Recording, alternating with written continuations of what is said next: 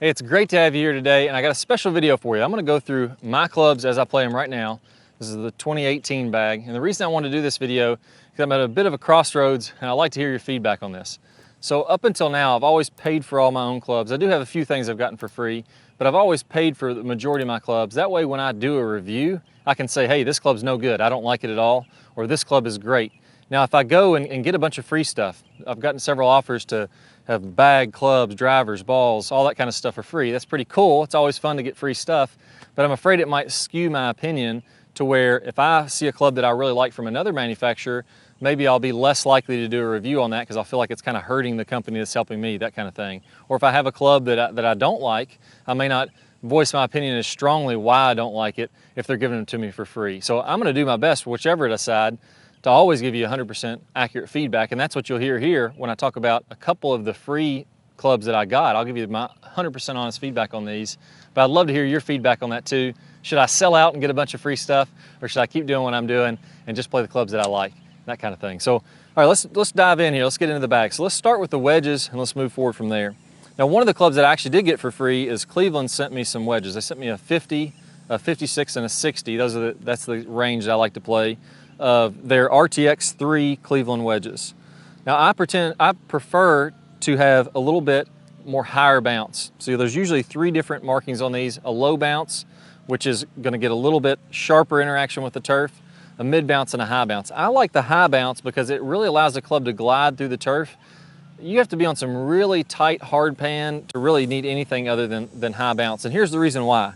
Whenever I get forward shaft lean, like I should have on most of these shots, that bounce is sticking down when the club shaft is straight up and down. But if I'm hitting this shot correctly and I have forward shaft lean, that's taking the bounce off of this. So the bounce really doesn't play much until you hit through the shot, and toward the end of the divot, then your bounce is going to be helping to help that club glide through the turf. So I always like high bounce clubs, but it's really just personal opinion, personal preference as to what to pick.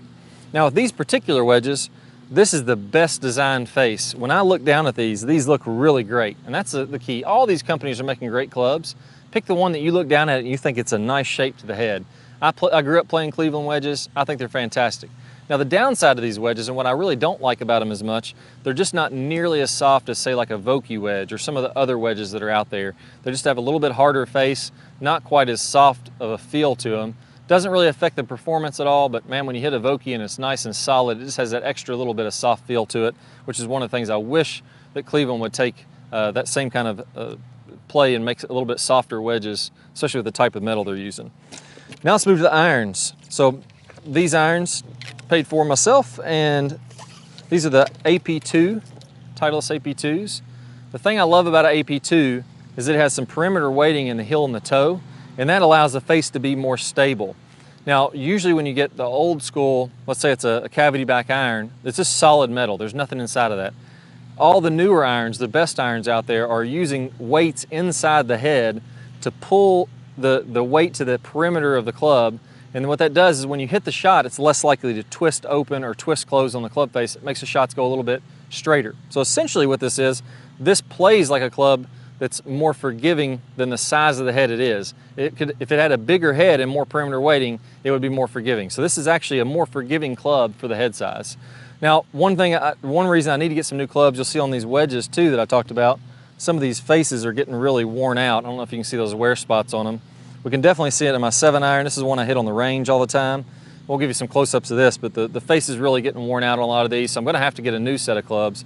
And that's one thing I'd recommend. If you buy used clubs, make sure that you get one that has good condition on the faces. If you want to get that nice spin going into the greens, you want that to be really, your ball to react well to the faces, they need to be new. So if you get a used set and the faces are worn out, even if you get a great deal on them, they're really not worth much. They're not going to perform that well. You get a little bit of grass between the ball and the face, you get a little bit of water, anything like that, and it's pretty much shot. You're not going to get the results, you're not going to get the spin and the performance you want. Now I use an extra stiff. I love these KBS shafts. These are really my favorite filling shafts that I've tried out. Just use the KBS Tour extra stiff, a little bit on the stiffer end, which I like. And I think they may be tipped a 1/2 inch or something like that, so they're a little extra stiff. Just the stock grips that come with them, I'm not too picky on that. Although I do love, my favorite grip is the Ping. I think it's called the ID8. Doesn't have a logo on there, but this Ping grip, I'll go over that, that's on my driver. That is the best grip that's ever been made, in my opinion. So I've done wedges, irons. I even have a lost 6-iron. This is an old iron that I had. So I lost my 6-iron giving a lesson or something, left it somewhere, put it in somebody else's bag, or somebody put it in their bag. This is the old Adams CB2. This is a forged iron. This is one of the softest, best feeling irons. This is a set that I used to have before these. These things are awesome. You can't really find them with good faces hardly anymore because they are so old. These are probably 8, 10 years old, something like that. But man, these were a good set of irons. Really felt great. These had the KBS also, but these were a stiff, so it wasn't really the best fit. They tended to go a little too high and balloon on me a little bit with those, or just be a little too weak. Now if I go into, this is not probably what you guys are gonna expect. These are fairly newer clubs, but I'm not a big club guy. If you guys heard me do reviews on clubs, you heard me talk about how I play some clubs that are older. This iron, or this hybrid, is pretty daggone old. I got this one in probably 2011, 2012, something like that. I love this hybrid. There's really no reason for me to go to anything else. This is an old tailor-made rescue club. You see a picture of it. We'll give you some close-ups on this. You'll see that I still have the paint on it from when I did a video talking about sweet spots. But, they make all these new clubs. There's not really any technology that's going to be any better that's coming out. You can make a hybrid that goes longer than this one. I could get a brand new hybrid that's got all this new technology that goes 10, 15 yards farther, but I don't really want my hybrid to go 10 or 15 yards farther. I'm trying to get it to fill a certain gap. If I kill my 3-wood and I kill my driver and I kill my hybrid and they all go really, really far, well, I don't have anything for those middle yardages between my long irons and my hybrids and my wood. So this one's really good. This probably goes around 240 to 250 if I really swing at it. But one thing I love about this is the most consistent shaft that I've ever had. Now it's not very long. This is not going to be a distance shaft. This is the Aldila RIP. It's a TP version. And it's a 105 gram shaft, so a heavier gram shaft and an X flex.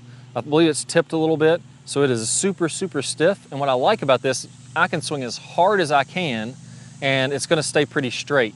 Now, I'm losing a little bit of distance on this. If I was to lighten the shaft up, I'd be able to swing a little faster, and I get a little bit more yardage out of it. But I'm really looking for more consistency. That way, if I hit it on a really tight par 4, maybe there's treble up, and I just wanna hit a shot off the tee to lay up, or if I'm hitting it into the fairway, out of the fairway into the greens, I want this to be able to be pretty consistent and go straighter more than go far, is what I'd rather I'd hit a 3-wood if I wanted to go farther. Now this brings me to another great point. Whenever you're buying clubs, this club is based on my swing. So if you have, roughly 120 miles an hour club head speed, this may be a good shaft for you. If a player is swinging a $80 or a 80 mile per hour swing speed, this club may be the biggest piece of junk you've ever had in your life. So it only fits your particular swing. If you're a lower swing speed player, you want to get a lighter shaft, you want to get a little bit more flex to help that ball launch up in the air and go farther. So the reason I say that is not to say that there's one particular kind, but I see so many players out there that go and they rush to get the latest, greatest, whatever Tiger Woods has or Rory McIlroy has, and that may be the perfect club for you, but I recommend you get a basic fitting, get the right weight of the shaft, get the right flex of the shaft. You can usually do that, free of charge. They'll let you do a few swings and give you some general recommendations if you talk to the pro that's there. So find something that you like, that you really hit well, and that's all you need. So as you can see, going even farther back, this is probably from 2007, 2006, something like that. I don't remember when the R7 came out. This is a tailor-made R7 3-wood. I got this one. I like this one a lot when I had it because it's a good club off the tee. It's a 13 degree, so it really goes farther off the tee because it has less loft on it. Typical 3-woods are 15 degrees, and that's probably the biggest thing that I wish was a little bit different. I wish I had a newer 3-wood that went a little bit higher. Sometimes I'll find myself hitting into par 5s and 2, longer par 5s, and this one just doesn't get up in the air enough. Even if it gets to the green, it tends to roll over the green. So this one, it's about time for a new one, along with a set of irons.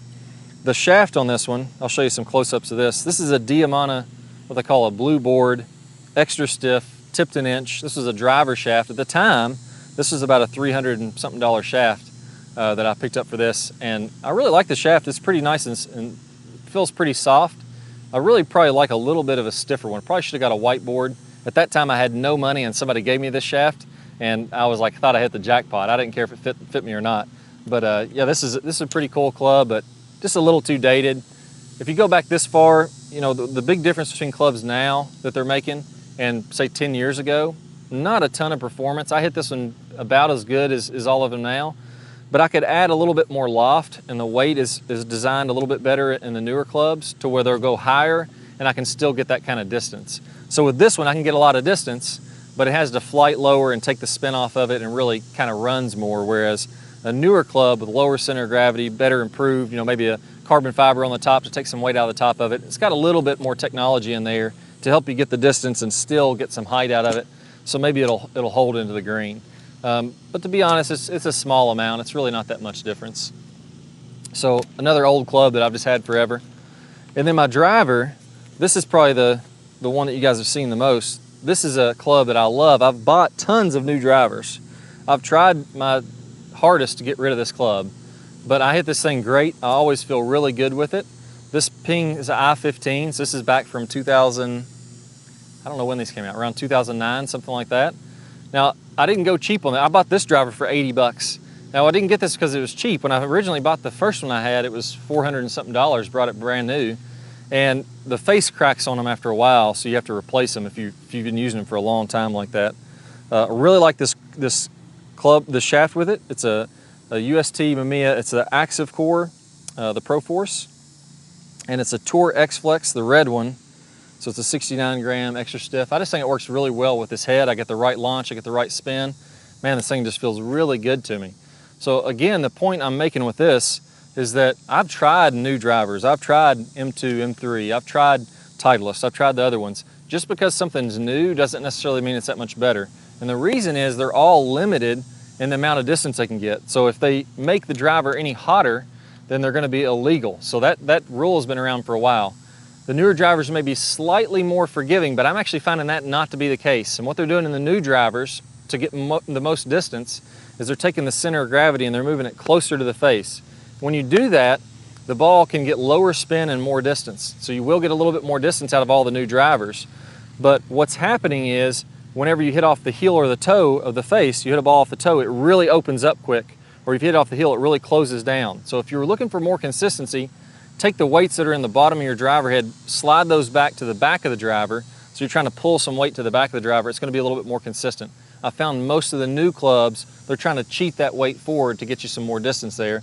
This one probably has a little bit more of a conservative center of gravity, but you'll see it's so old it doesn't have any adjustable weights. The shaft doesn't come out. This is all just glued on. There's nothing you can do with this one. And that's kind of nice too. You start messing around with the weights and all the different adjustments when you have a bad day. I kind of like just having a club that's glued together and you can't do anything with it. That way you don't mess with it after one bad round, that kind of thing. Then finally, I'll go ahead and get my putter here. This one was from Garen Reif gave this to me when I visited his shop out in California. And this is the even roll putter. So you probably remember Reif putters. The guy behind Reif putters is Garen Reif. And he had a new company, which is called Even Roll.